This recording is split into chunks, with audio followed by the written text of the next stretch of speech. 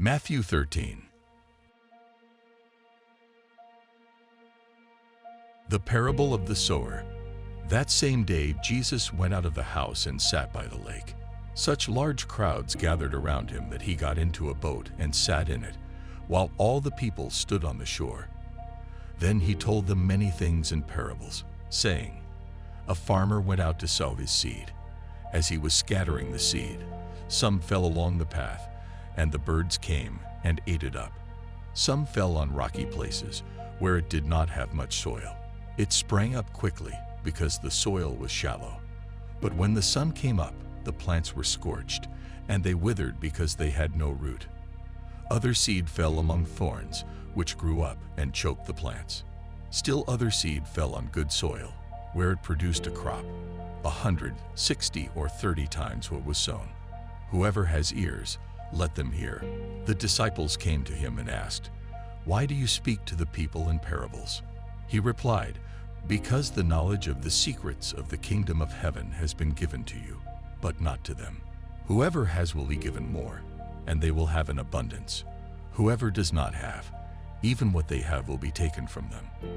This is why I speak to them in parables. Though seeing, they do not see. Though hearing, they do not hear or understand. In them is fulfilled the prophecy of Isaiah. You will be ever hearing but never understanding. You will be ever seeing but never perceiving. For this people's heart has become calloused. They hardly hear with their ears, and they have closed their eyes. Otherwise they might see with their eyes, hear with their ears, understand with their hearts, and turn, and I would heal them. But blessed are your eyes because they see, and your ears because they hear. For truly I tell you, many prophets and righteous people longed to see what you see but did not see it, and to hear what you hear but did not hear it. Listen then to what the parable of the sower means.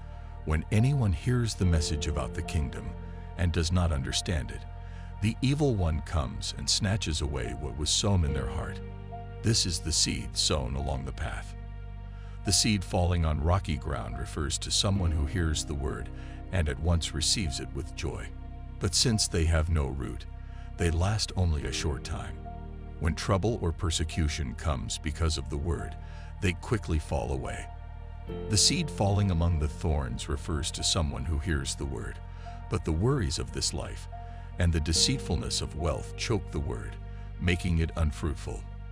But the seed falling on good soil refers to someone who hears the word and understands it. This is the one who produces a crop, yielding 100, 60, or 30 times what was sown. The parable of the weeds. Jesus told them another parable. The kingdom of heaven is like a man who sowed good seed in his field. But while everyone was sleeping, his enemy came and sowed weeds among the wheat and went away. When the wheat sprouted and formed heads, then the weeds also appeared.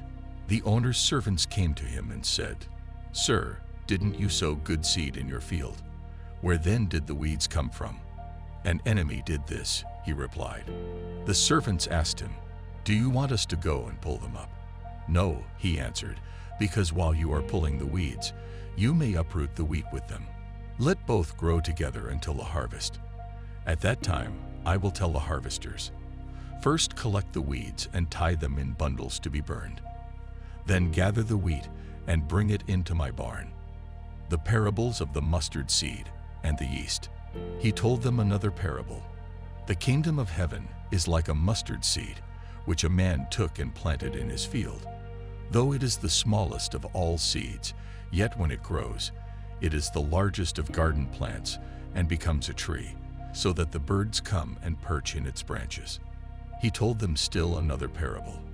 The kingdom of heaven is like yeast that a woman took and mixed into about 60 pounds of flour until it worked all through the dough. Jesus spoke all these things to the crowd in parables. He did not say anything to them without using a parable. So was fulfilled what was spoken through the prophet.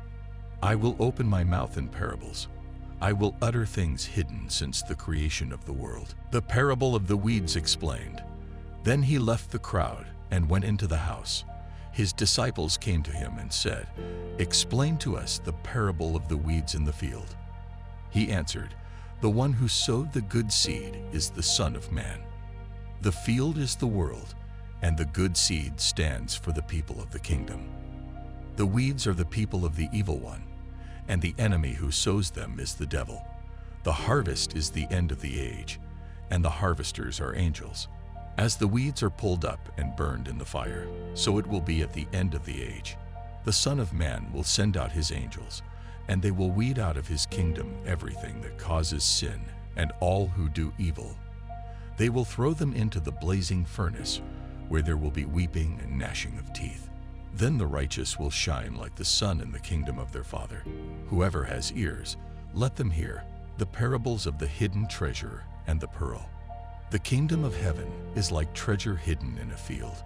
When a man found it, he hid it again, and then in his joy went and sold all he had and bought that field. Again, the kingdom of heaven is like a merchant looking for fine pearls. When he found one of great value, he went away and sold everything he had and bought it. The parable of the net. Once again, the kingdom of heaven is like a net that was let down into the lake and caught all kinds of fish. When it was full, the fishermen pulled it up on the shore. Then they sat down and collected the good fish in baskets, but threw the bad away. This is how it will be at the end of the age. The angels will come and separate the wicked from the righteous and throw them into the blazing furnace, where there will be weeping and gnashing of teeth. Have you understood all these things? Jesus asked. Yes, they replied. He said to them, therefore, every teacher of the law who has become a disciple in the kingdom of heaven is like the owner of a house who brings out of his storeroom new treasures as well as old. A prophet without honor. When Jesus had finished these parables, he moved on from there. Coming to his hometown, he began teaching the people in their synagogue, and they were amazed. Where did this man get this wisdom and these miraculous powers? They asked, isn't this the carpenter's son? Isn't his mother's name Mary? And aren't his brothers James, Joseph, Simon, and Judas? Aren't all his sisters with us? Where then did this man get all these things? And they took offense at him. But Jesus said to them, a prophet is not without honor except in his own town and in his own home. And he did not do many miracles there because of their lack of faith.